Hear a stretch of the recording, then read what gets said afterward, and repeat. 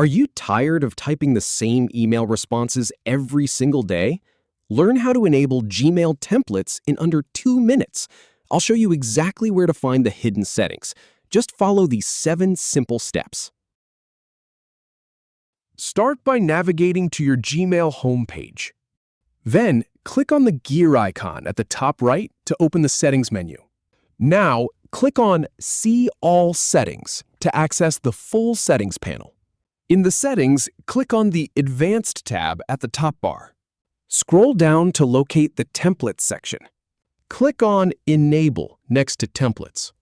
Finally, click Save Changes at the bottom to apply the setting. If you have any feedback or if any info is inaccurate, please leave a comment below. We'll do our best to answer or redo the video if needed. Thanks for watching.